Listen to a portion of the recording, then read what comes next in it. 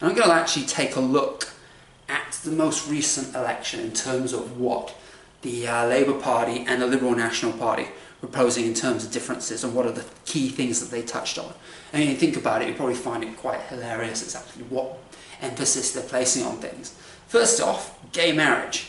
So you've got the, oh by the way, with this column, I'm not going to actually say who it is, just maybe you can have a little guess at home what I'm talking about. But anyway, so one party are against it, the other is for it, but they're going to go to a vote anyway.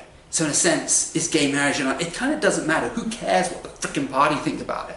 It's actually the people who are going to decide on that according to this. So the action between the two is still the same. They're both saying we're going to take it to a vote. Hardly a difference between the two. What about a view on asylum seekers? Turning away vessels. Otherwise, oh, what was that? Detention for asylum seekers. And what have we got the other one?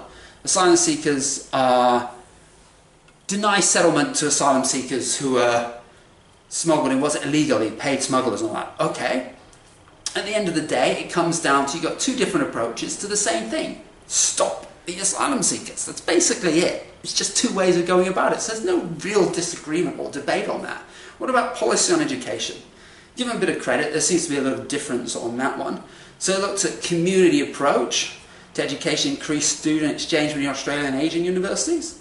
I can't even remember that, but that's interesting. The other one's increased public school funding. Again, there's a lot of other issues relating to education I'm going to talk about in a minute, but see a slight difference in that. What about policy on broadband? One is going to the node, and whereas the other one is going to the home. So it's still broadband. You're still going to have the broadband. There isn't a choice of let's not do the broadband. We're doing the broadband, but we're going to do it a little bit differently. So no real change on that. What about climate change? So what we've got here, target 23% reduction for 20% Australia's electricity to come from renewable energy by 2020, 23%. And what we asked Labour are saying, oh sorry, I gave that away now, haven't I? Okay, the other party are saying, reduce greenhouse gas emissions and carbon emissions trading scheme. So all focused on climate change aspect of the environment, no mention of any other aspect of the environment, and it's all about reducing carbon, isn't it? Wow. What about water vapour? If you've read the literature, water vapour is actually has a greater effect on climate change than your carbon dioxide, percentage-wise anyway. Well, okay, so what's your policy on health? Incentive for medical staff in region areas, all right? And we've got rebates if people obtain private health care.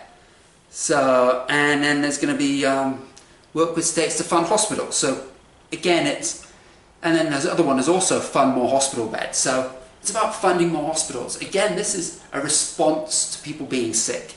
Where's the debate or mention about, I don't know, preventing people from getting sick? It's not in the picture. So it's all along those same lines, all agreed that something has to be done from a particular position, but just different approaches to it. So in a sense, there's no real changes based on these 6 things here. There are a number of other things, I think, that were debated, but this was what I got out of a website that was comparing the differences of when you vote for the two parties. And it is staggering that the net effect is really almost none at all.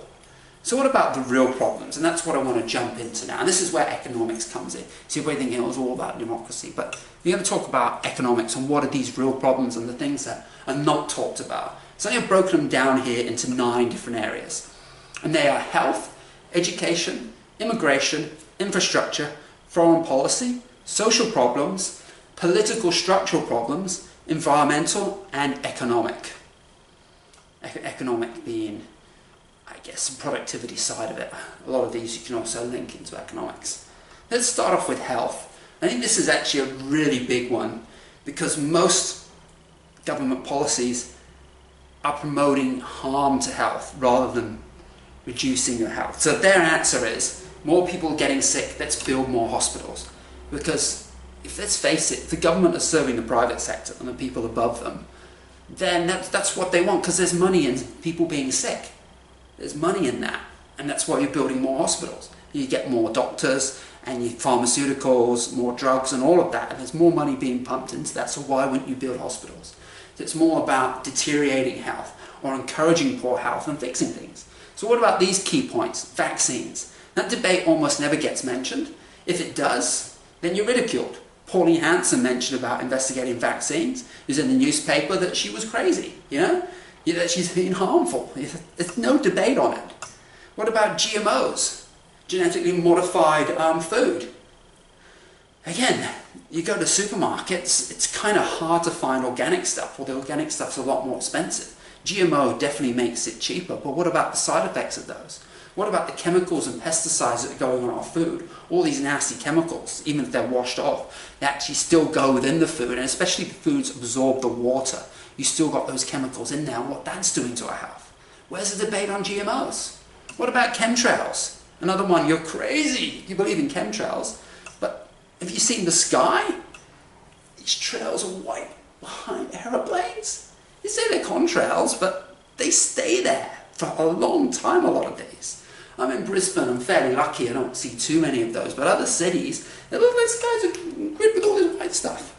So, let's debate about that. What's going on there? And another one that I like to talk about, and that's the meat and dairy industry and the cost to our health. And I mentioned that in a few other videos. There's no debate on that because they're powerful and they're strong and they make a lot of money. That's what it is. It's about making money. The junk food industry. You think, okay, there's great awareness around junk food, sure, but what's the government really done about that? And people are still eating McDonald's, people are still eating KFC, still eating all of these junk food. It's not really going down. And you look at the numbers, and I'll be presenting that in a different video. The numbers are still going up, and it's quite a concern as well about what's going on with these things. Another thing I mentioned with health as well, building hospitals.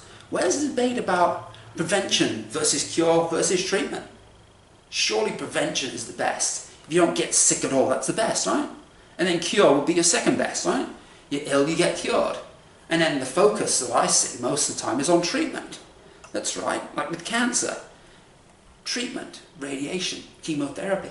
You're treating it and rarely actually curing it, just prolonging your life in a very unsatisfying way. A lot of sickness, a lot of side effects. And there's a lot of other things, cures that need to be talked about. And particular prevention is the biggest one at all. Where's the debate on any of that stuff? What about ensuring all have access to healthcare? I'm talking about big and builder hospitals, but there's still areas that don't have access in the regional areas. And then there's a whole demand-supply in relation to healthcare as well. And a solution to that is bringing in doctors. I guess it can help that out. But again, what is the debate on that? It doesn't seem to be much. What about increasing childhood illness? That's a huge one.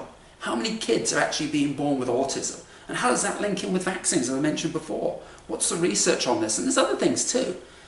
That could be related to GMO, is it? I don't know. We need to have research, we need to have debates, and we need to go and look into it. And why are so many children have allergies, allergic reactions? It's ridiculous. When I was young, hardly anybody had allergic reactions. Every kid has something wrong with them, one way or another. Some sort of illness that they're born with. It's shocking.